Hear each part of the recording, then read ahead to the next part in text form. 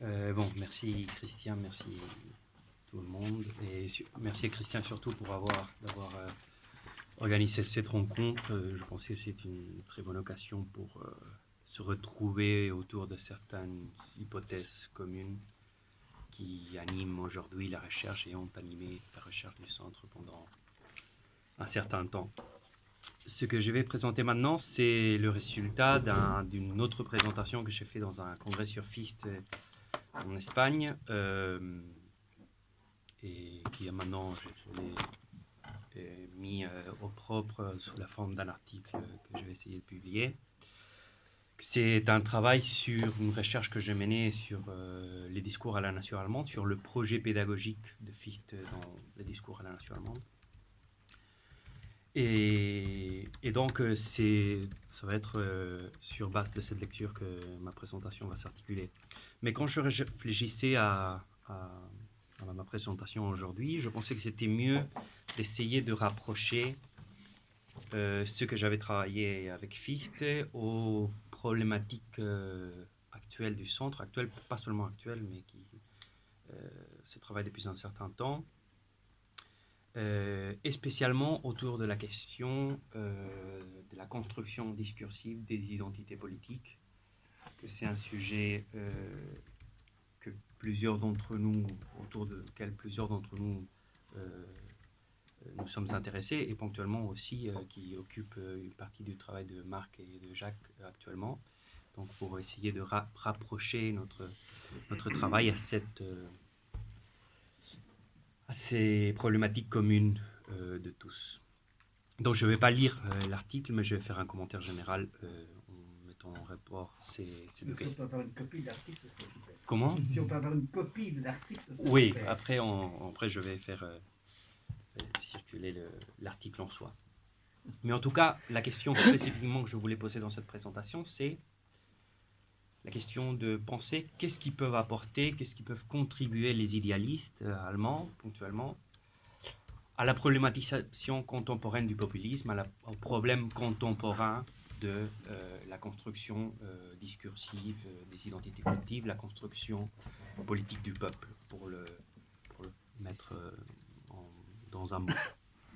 C'est-à-dire quel type de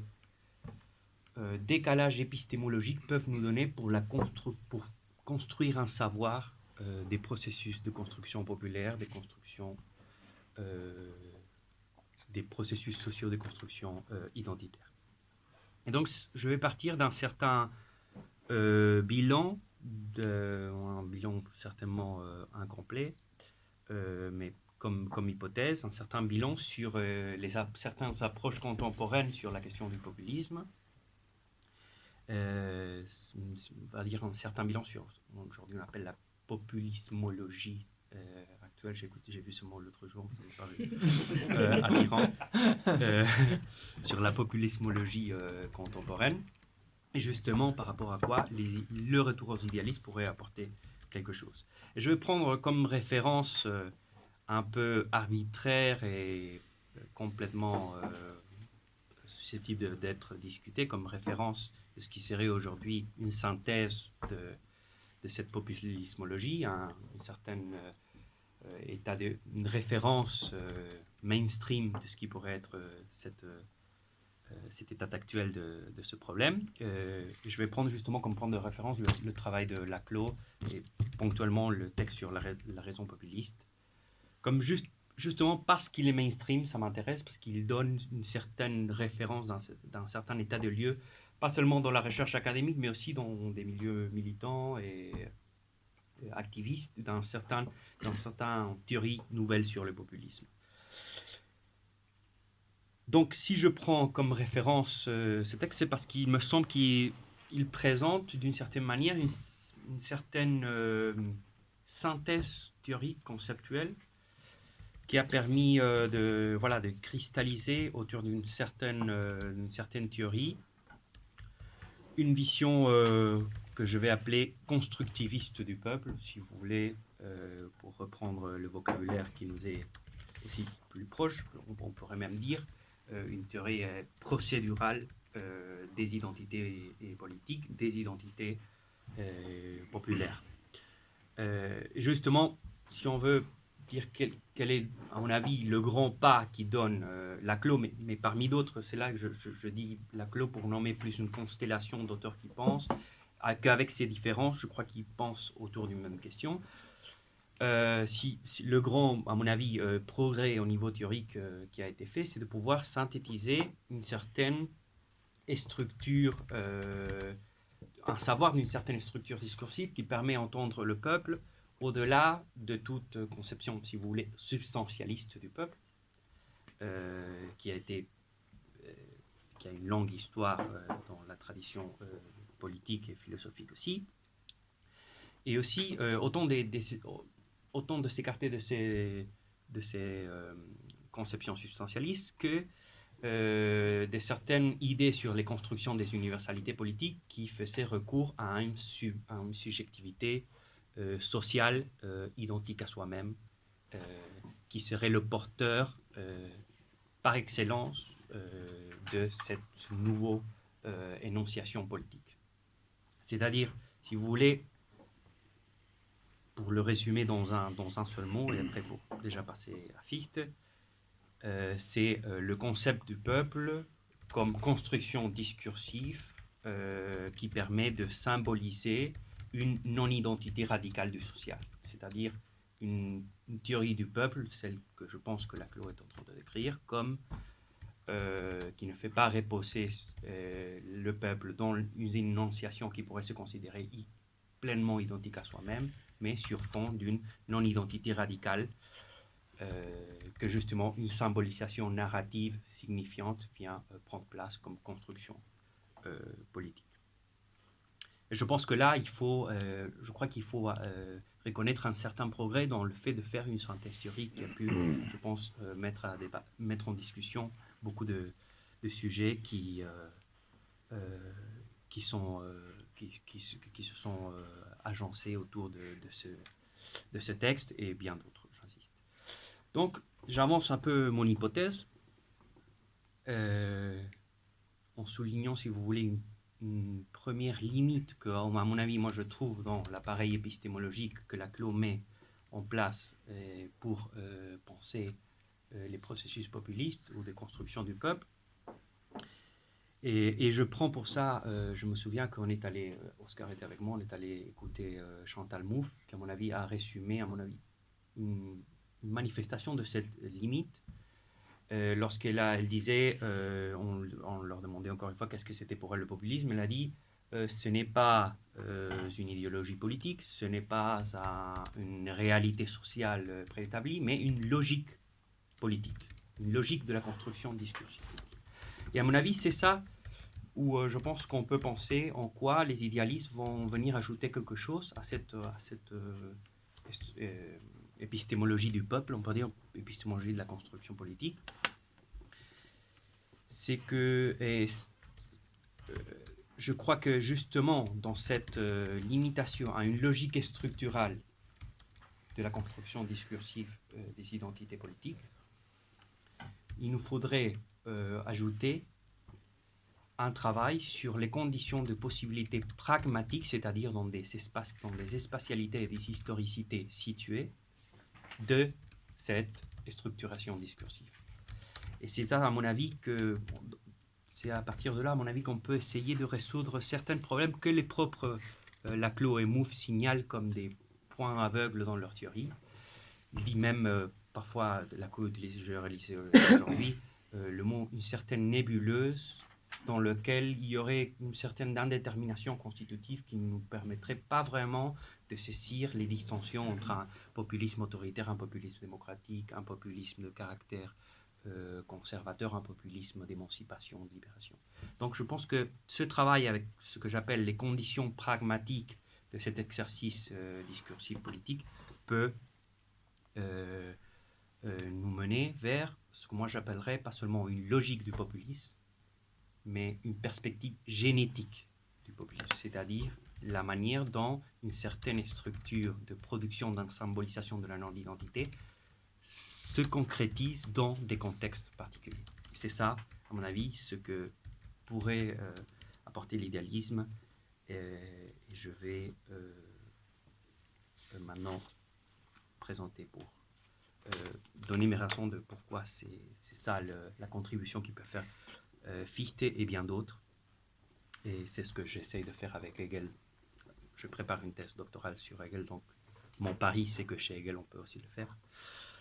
Et j'espère que mon hypothèse soit... sinon, on va être en problème. Mais en tout cas, je pense qu'autour de ce moment de la pensée politique et philosophique de Fichte, on peut vraiment trouver cela. Donc, juste un petit contexte du texte auquel je fais référence, que c'est les discours à la nation allemande. C'est un séminaire de 1807-1808. Donc, justement, c'est un texte qui est, ou un discours, on va dire, qui est produit juste après, on va dire, de la consolidation de l'occupation napoléonienne dans ce qui est aujourd'hui l'Allemagne. Donc, d'un côté, on pourrait dire dans un moment de crise, dans un moment d'occupation et domination par la part d'un empire en expansion. Mais surtout, et c'est à mon avis là que Fichte fait attention, c'est pas tant le contexte externe, mais une crise spirituelle de ce que Fichte dénomine comme le peuple allemand. Une crise interne dans le sens matériel et spirituel d'une manifestation, j'aimerais bien le dire, d'une non-identité radicale avec soi-même, dans le sens où Fichte voit bien que ce à quoi il est en train de diriger ce discours, c'est le discours à la nation allemande, ce n'est pas quelque chose qui existe, qui serait là en train d'écouter Fichte, mais je crois qu'il se rend compte depuis le début du caractère performatif de cette discursivité, pour essayer de construire un sens, une narrative, une certaine structure, à partir de cette non-identité constitutive du social qui traverse cette communauté à ce moment-là. Donc, c'est, pour le mettre en termes, je pense même laclosien, ou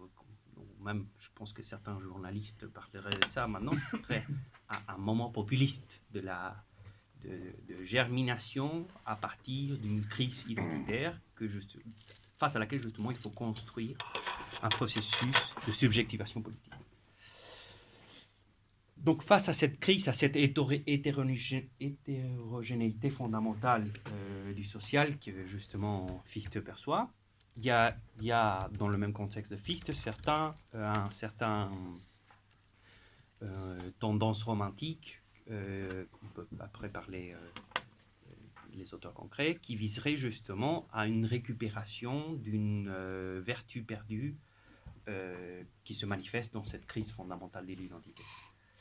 Et c'est justement, je crois, que c'est un peu le grand adversaire théorique de Fichte à ce moment-là, de proposer une autre alternative à cette crise qui n'est pas le retour, la restauration d'une vertu qui pourrait être symbolisée comme identique à soi-même, mais justement l'engagement dans un travail que Fichte va qualifier comme éducatif, de perfectionnement, de créativité collective qui peut mener vers la construction d'une nouvelle communauté politique, culturelle, et capable de réaliser un projet des libertés partagées à ce moment historique. Voilà. Donc pour passer à mon hypothèse plus à proprement parler, j'ai identifié trois vecteurs fondamentaux de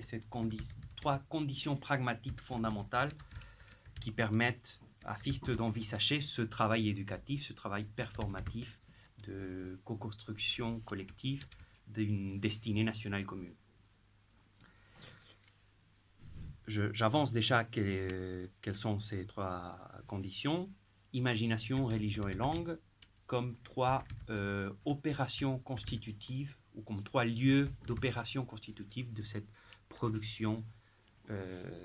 d'un horizon symbolique capable de donner sens à la non-identité fondamentale de la situation. Donc d'abord l'imagination, à mon avis c'est on va dire, la catégorie opérative fondamentale du texte, puisque c'est celle qui permet de structurer le projet pédagogique autour d'une éducation de la faculté de créer des images, vraiment au sens propre, une création, une éducation à une capacité de figurer une image de soi capable d'intervenir dans les motifs de l'action éthique, politique des sujets impliqués dans ce processus éducatif. Donc, Fichte va vraiment pas s'attarder sur le contenu des images, voir si ces images sont traditionnelles ou éclairées, voir s'ils sont modernes ou classiques,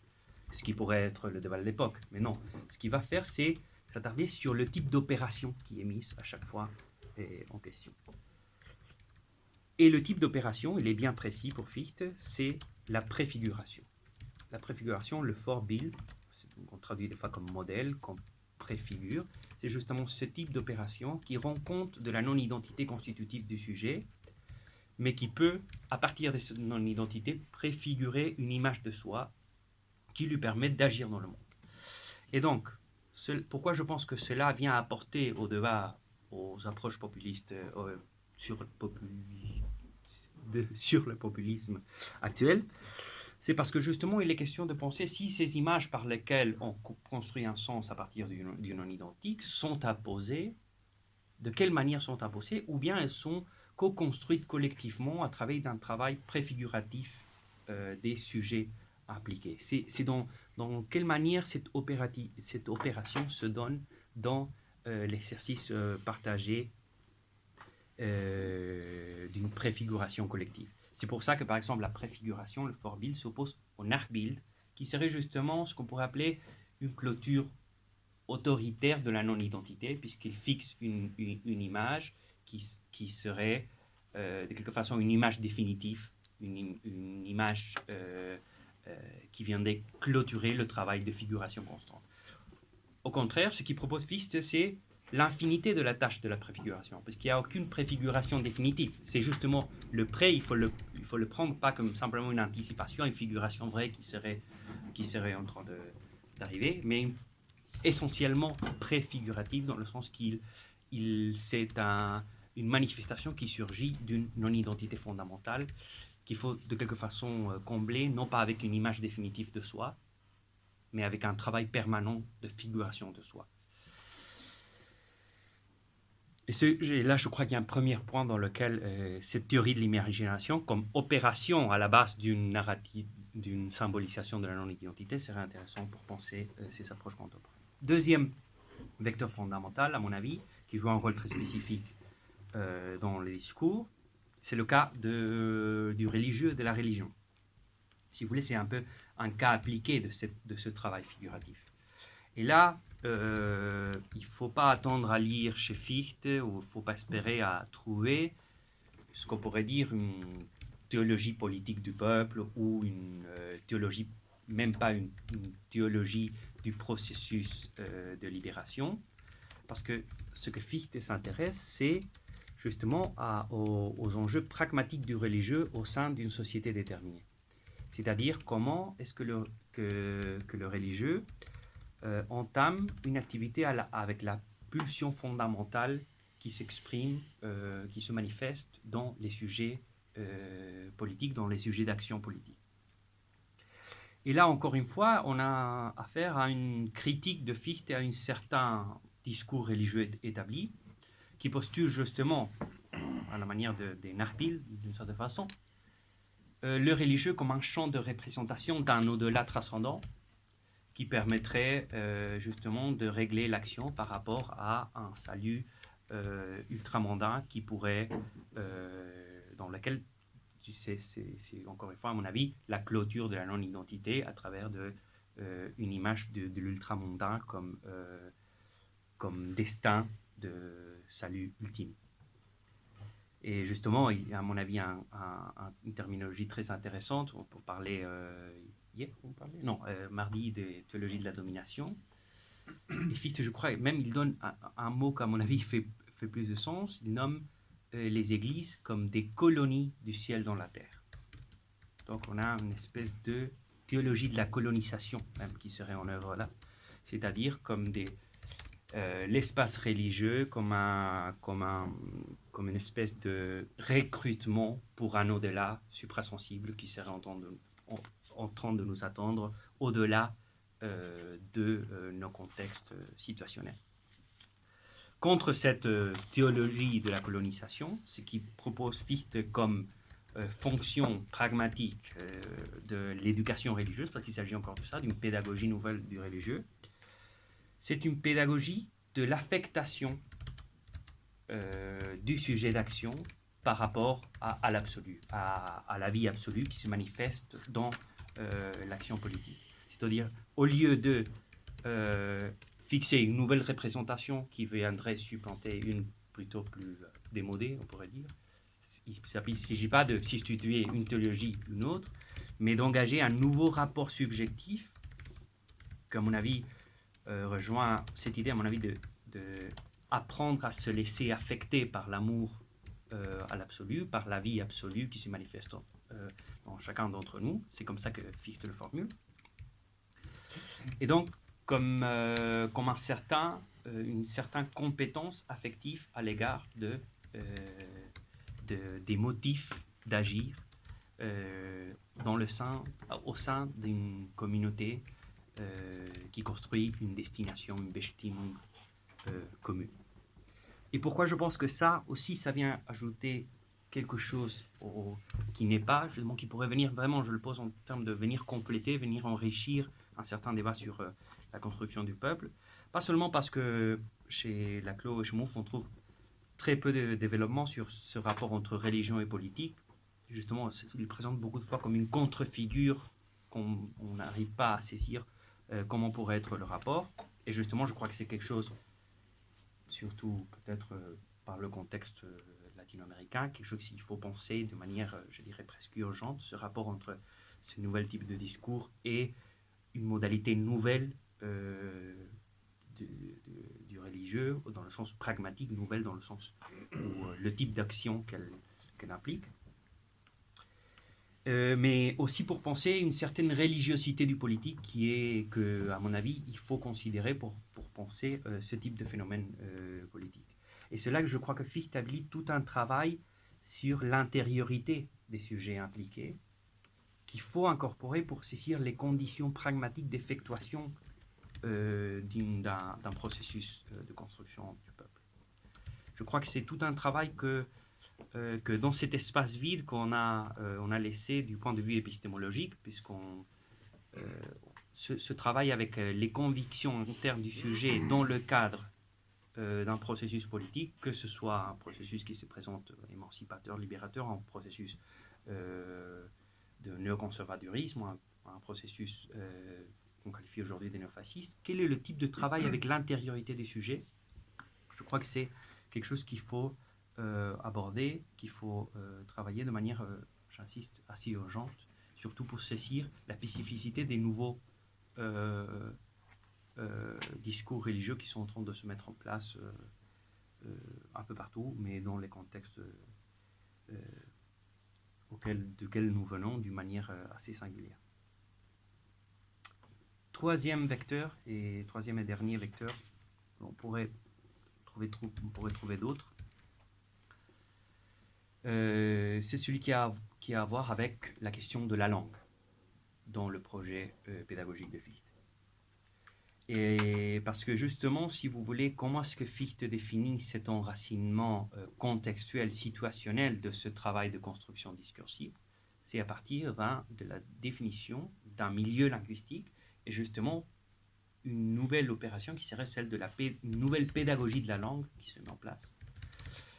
Et qu'à mon avis, toute la singularité de cette pédagogie, c'est de ne pas vouloir introduire la langue ni comme un instrument contingent, c'est-à-dire un instrument utilitaire qui nous servirait à nous rapporter les uns aux autres, à avoir une certaine position sociale, ou à pouvoir nous assimiler à un cadre social préétabli, mais une espèce de travail des possibilités à travers la langue, d'expression, de créativité, de construction du nouveau à partir de la matérialité du langage dans laquelle s'enracine la vie d'une certaine communauté. C'est pour ça, d'une certaine façon, c'est l'ancrage culturel, historique, mais justement d'une certaine mémoire sociale qui tourne autour de la langue. C'est autour de l'opération constante de créativité avec cette matérialité qu'on peut construire justement un horizon collectif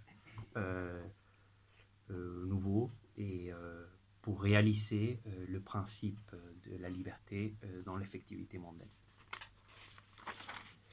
Je précise que, voilà, que la langue donc n'est pas conçue ici comme réservoir sémantique qu'il faudrait récupérer, ce qui pourrait être une conception du premier romantisme sur la langue, d'un certain romantisme, je ne veux pas caricaturer non plus, mais on retrouve certaines traces de ce type de substantialisme linguistique. Mais au contraire, justement, ce que Fichte vise, c'est une certaine opération dans la langue, une certaine pragmatique de la langue qui permet justement de bouleverser la sémantique donnée par la langue, de travailler des nouvelles explorations sémantiques, de subvertir la langue dans son état empirique donné. C'est un travail de autosubversion de la langue populaire qui peut mener à une créativité populaire et pour retracer un horizon commun politique. Donc, pourquoi, et je suis en train de commencer à finir. Pourquoi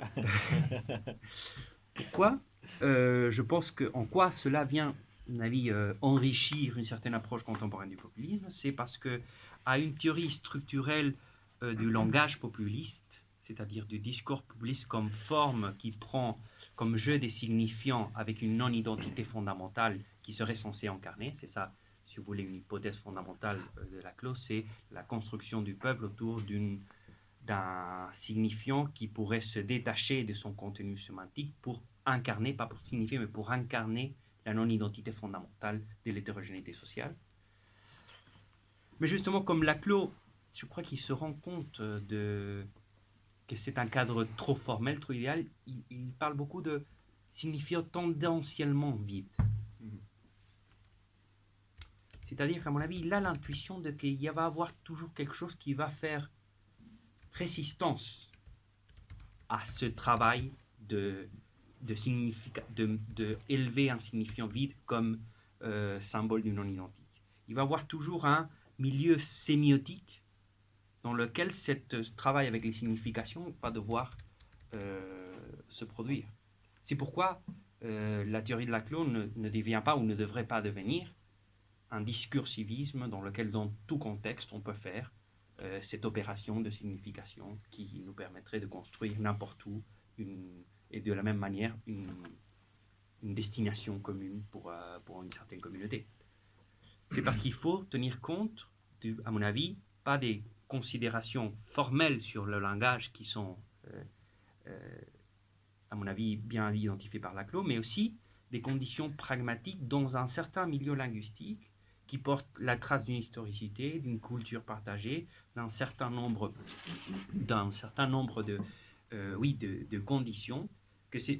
face à laquelle le sujet politique ne va pas simplement devoir s'adapter, les répéter dans son être là empirique, mais les subvertir à partir d'une matérialité donnée qui est celle de la langue commune que Fichte identifie comme étant le milieu, le symptôme fondamental de cette affectation de la liberté à une communauté historiquement située. Donc, pour conclure, maintenant oui, qu'est-ce qui peut nous apporter l'idéalisme de Fichte comme un cas parmi d'autres? J'insiste sur le fait qu'à mon avis, il y a beaucoup de traitements, de conceptualisation des idéalistes qui peuvent servir dans ce sens. Ce n'est pas dans une nouvelle éthique du social, dans le sens où on pourrait tirer de Fichte une théorie de la communauté rationnelle, ou une théorie de l'État, ou une nouvelle théologie politique, même si aussi on peut faire ça.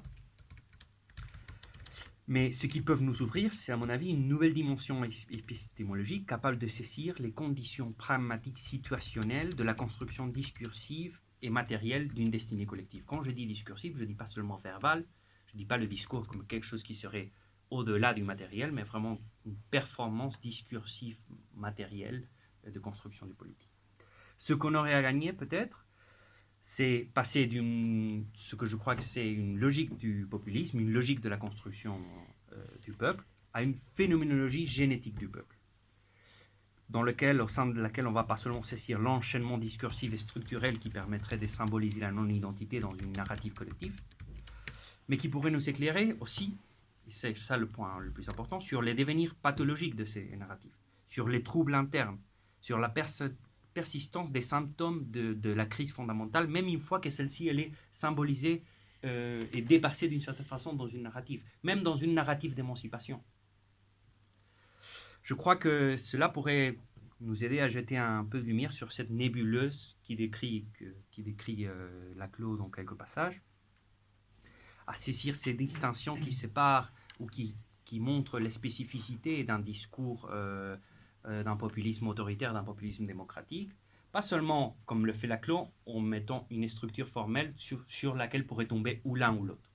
mais expliquer les passages de l'un à l'autre et les modifications qui font que l'un passe à l'autre et que dans certaines conditions, on a affaire à un cas et dans un autre à un autre. Et ce n'est pas en réintroduisant les contenus idéologiques préétablis qu'on va pouvoir faire ces distinctions. Ce que proposent Fichte et les idéalistes, c'est que c'est en regardant les modalités opératives, pragmatiques, qui permettent de saisir comment un langage du peuple, un discours du peuple, une performance d'une construction politique, une construction symbolique du commun, vient à l'existence dans un contexte historique et géographiquement situé. Voilà, merci. Pardon, désolé de